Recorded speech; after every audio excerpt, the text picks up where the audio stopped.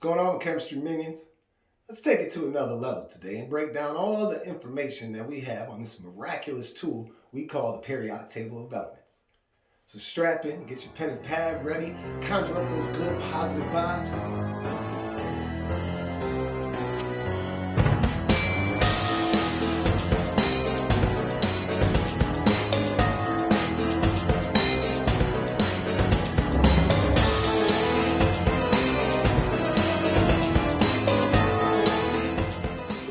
Table that we see in modern day is not the same periodic table that was originally developed.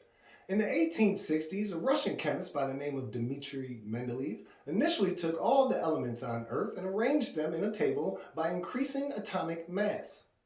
Mendeleev then labeled all of the columns in the table as groups and all of the rows in the table as periods. With the elements arranged in this manner, scientists identified patterns within groups of the elements and even noticed that there must be undiscovered elements at that time due to the empty spaces that were in the table. Though Mendeleev's periodic table revolutionized the science of chemistry, it contained a few discrepancies. And in 1913, a British chemist by the name of Henry Mosely arranged all of the elements in the periodic table by their increasing atomic number. This change resolved the discrepancies, and this arrangement of elements has been what the world has used for the last century. On the modern day periodic table, we still call the horizontal rows periods and the vertical columns in the table groups. But the level of organization of information on this tool by simply arranging the elements by the property of atomic number, it's just divine. We call the elements in groups 1 and 2 and groups 13 through 18 the main group elements, while the elements in the center of the table are called transition metals. The elements down here at the bottom of the table, called the inner transition metals, are from periods 6 and 7, but are placed at the bottom of the table to make everything neat and compressed. One of the first things that stands out on the periodic table is the separation of elements based on their metallic character. If we draw an imaginary staircase line starting from underneath our boron element, we will notice that all of the elements that exhibit metallic characteristics are on the left side of the table. And we call those elements, metals.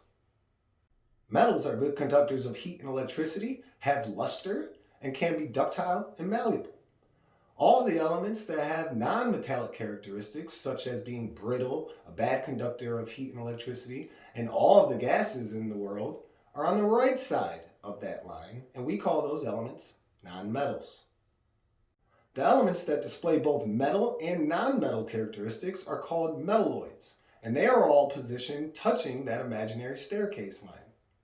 As we said earlier, when Mendeleev initially arranged the elements in the table, he noticed that all the elements in the same group on the table displayed similar chemical and physical properties. In other words, all the elements in the same group or column act the same way. And if we compare those elements either across or down the periodic table, we start to see patterns within those properties of the elements. We call this type of regularity the periodic law. And being that there are repeating patterns of properties on our table of arranged elements, we call the arrangement the periodic table of elements. Get it? Mendeleev did not know this back in 1860, but we now know the reason that all the elements in a group exhibit the same chemical behavior is because they contain the same number of electrons in the very last energy level of that atom, which we call the valence electrons. And the periodic table of elements is so awesome, we can use the group number of the column that the element is in to determine the number of valence electrons for our main group elements. For example, all of the elements in group 1 of the periodic table have 1 valence electron, while all of the elements in group 2 have 2 valence electrons. For the double-digit main group elements, you would use the second digit of the group number to determine the number of valence electrons. So group 13 elements have 3 valence electrons, group 14 elements have 4 valence electrons, and so on. To really understand and appreciate the patterns and trends of properties that can be observed on the periodic table, we need to think back to atomic architecture and nuclear charge. The table is arranged by increasing atomic number, meaning as we go across or down the periodic table, the number of both positively charged protons and negatively charged electrons are increasing. As the number of protons in the nucleus increases, so does the positive charge that is being emitted from the nucleus, called the nuclear charge. At the same time, the number of electrons is increasing as well, and the attraction between the nucleus and the electrons that are closest to the nucleus becomes stronger. As the attraction between the nucleus and the inner electrons becomes stronger, the attraction between the valence electrons and the nucleus is weakened, and this is known as the shielding effect, because the inner electrons are literally shielding the outer electrons from receiving all of the nuclear charge that they could. Because the valence electrons are the electrons in the atom that are used when the atom forms a chemical bond or goes through a chemical reaction, the shielding effect, which increases as we go down a group, plays a very critical role in some very important properties of an element. The atomic radius is the distance from the center of the nucleus to the border of the electron cloud. And as you move down the groups, the elements have more energy levels in them, which leads to more and more shielding between the core electrons and the valence electrons. As you move across the periods from left to right, the elements have the same number of energy levels, but more protons, resulting in a higher nuclear charge that pulls the electrons closer to the nucleus. So the overall pattern of the atomic radius of elements on the periodic table increases as you move down a group or as you go from right to left in a period. Another property that is influenced by the shielding effect and shows a pattern on the periodic table is ionization energy.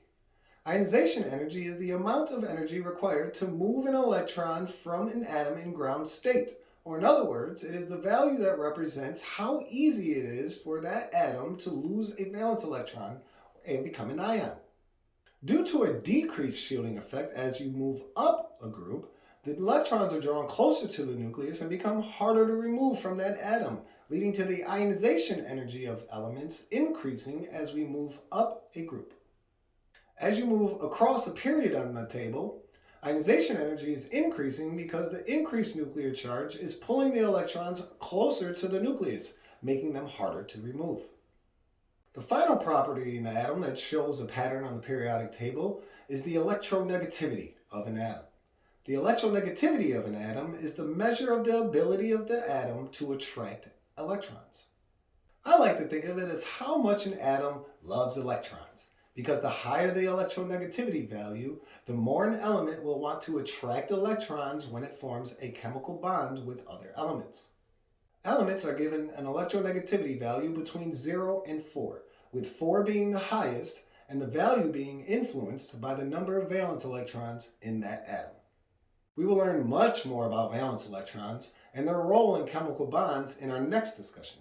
But for now, we need to understand that all of the elements in group 18 have a filled valence shell, so they will not attract electrons and have an electronegativity value of 0. As for the rest of our elements on the periodic table, as we move up a group and across a period from left to right, the elements will want to attract electrons more and more, and the electronegativity value increases. Now that we can see the patterns of properties on the periodic table of elements, pause the video at this prompt and check out these practice problems.